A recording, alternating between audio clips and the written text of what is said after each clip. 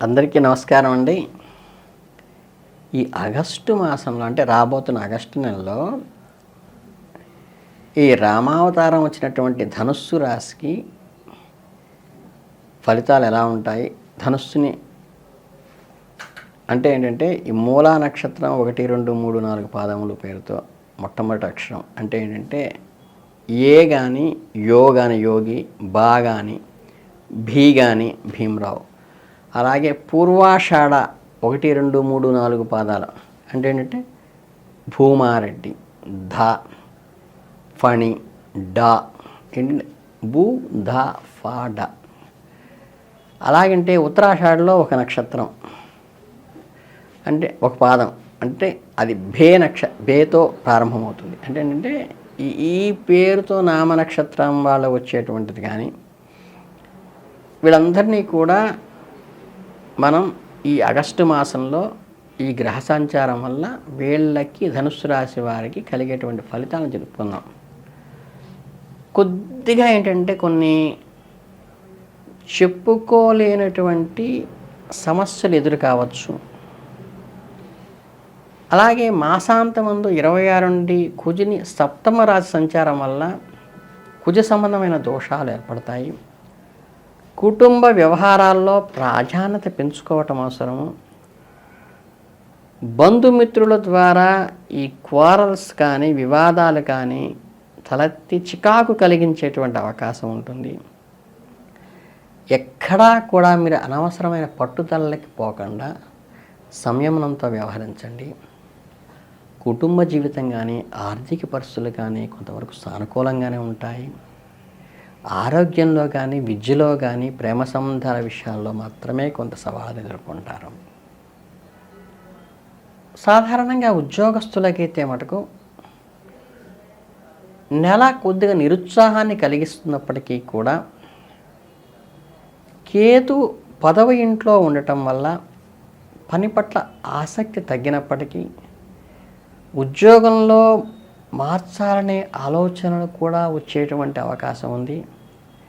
మీరు మీ ప్రస్తుత ఉద్యోగంలో తక్కువగా అంచనా వేయబడుతున్నారు, సరైన గుర్తింపు రావట్లేదు, సామర్థ్యానికి తగిన ఫలితం నాకు అందలేదు, నేను ఏమన్నా తొందరపాటు నిర్ణయం తీసుకున్నానా అనేటువంటి ఆలోచనలు కలుగుతాయి. కానీ మీరు జాగ్రత్తగా మనసును సంయమనం చేసుకోండి.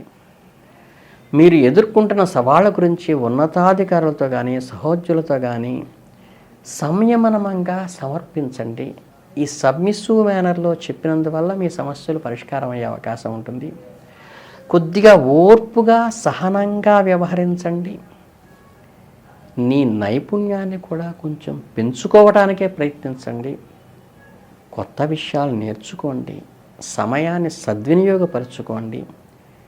కెరీర్లో మీరు మరింతగా అభివృద్ధి చెందడానికి అది బాగా ఉపయోగపడుతుంది. ప్రస్తుత ఉద్యోగంలోనే కొనసాగటమే మంచిది. మీ పనితీరు మార్చుకొని కొత్త వ్యూహాల ద్వారా కొత్త స్కిల్స్ ద్వారా ముందుకెళ్ళటానికి ప్రయత్నించండి. టీం వర్క్ చేయడానికి మ్యాక్సిమం ప్రయత్నించండి. కొత్త ప్రాజెక్టులు కానీ బాధ్యతలు కానీ స్వీకరించినప్పటికీ కూడా ఆ పనిలో ఉత్సాహాన్ని పెంచుకొని టీంతో కలిసి ముందుకెళ్ళండి. అందరినీ కలుపుకుపోండి. ఆర్థికంగా మిశ్రమ ఫలితాలు ఉన్నాయని బెంగపడద్దు. ఖర్చులు పెరుగుతున్నాయని కూడా బెంగపడద్దు. కుజుడు మరియు బృహస్పతి 12వ ఇంట్లో ఉండటం వల్ల వ్యయంలో ఖర్చులు పెరుగుతాయి. కానీ శని తిరోగమనం వల్ల వక్రించడం వల్ల మళ్ళీ ఆదాయం పెరిగే అవకాశం ఉంది. కాబట్టి దీనికి అది రెక్టిఫై చేసుకోండి. ఆర్థికమైన ఇబ్బందుల నుంచి ఎదుర్కోవడానికి మానసికంగా సిద్ధంగా ఉండండి. ఇక విద్యార్థుల విషయానికి వస్తే నెల మొదటి భాగంలో కొంచెం కష్టంగా ఉన్నప్పటికీ చిన్న చిన్న అవాంతరాలు కలిగినప్పటికీ నిరాశ చెందకుండా కష్టపడి చదివి మీ ఫలితం మీకే వస్తుంది. సమయాన్ని వృధా చేసుకోకుండా సమర్థవంతంగా ఉపయోగించుకోండి. క్రమశిక్షణగా వ్యవహరించాలి. ఉపాధ్యాయుల సలహాలు తీసుకోవాలి. మనకి లేని స్కిల్ ఏంటో తెలుసుకుని దాన్ని నేర్చుకోవడానికి ప్రయత్నించండి. గ్రూప్ డిస్కషన్ ద్వారా గ్రూప్ స్టడీస్ ద్వారా పాల్గొన్నప్పటికీ మంచి ఫలితాలు పొందుతారు. పక్క వాళ్ళకున్న స్కిల్స్ని మీరు అలవర్చుకోవడానికి ప్రయత్నించండి. ద్వితీయార్థంలో మాత్రం పరిస్థితులు మెరుగుపడతాయి. అనుకున్న ఫలితాలను కూడా మీరు సాధిస్తారు కాబట్టి బెంగపడవద్దు. ఈ పోటీ పరీక్షలకు ఎవరైతే సిద్ధమవుతున్నారో చిన్న చిన్న ఇబ్బందుల అనంతరం మంచిగా విజయాన్ని సాధిస్తారు. మీరు ఎదుర్కొంటున్న సవాళ్ళు ఏవైతే ఉంటాయో వాటిని అధిగమించడానికి మీకున్న బలహీనతలు ఏమిటో గుర్తుపెట్టుకుని వాటిని జాగ్రత్తగా ఒక థర్డ్ పర్సన్గా మీరు ఆకలింపు చేసుకుని దానికి రెమెడీ ఏం చేయాలో మీకు మీరుగా నిర్ణయించుకుంటే ముందుకు వెళ్తారు. ఆహ్లాద వాతావరణం కుటుంబంలో అయితే ఉంటుంది. ప్రేమ సామరస్యం కూడా ఉంటుంది. ఇల్లు మీకు అండగా నిలబడుతుంది. అక్క చెల్లెళ్ళు అన్నదమ్ములతో సన్నిహితం పెరిగే అవకాశం ఉంటుంది. మీకు అవసరానికి సహాయం కూడా చేస్తారు.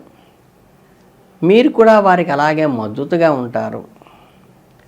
కాకపోతే వారి అభిప్రాయాల్ని గౌరవించడం ద్వారా కుటుంబ సభ్యుల మధ్య ఏదైనా వివాదాలు తలెత్తినప్పటికీ కూడా వాటిని ఓర్పుతో మీ యొక్క ప్రేమని పంచడం ద్వారా అధిగమించేటువంటి అవకాశం ఉంటుంది. ఇక ప్రేమ బంధాల విషయానికి వస్తే ఏంటంటే కొంత సవాళ్ళని ఎదుర్కొంటారు.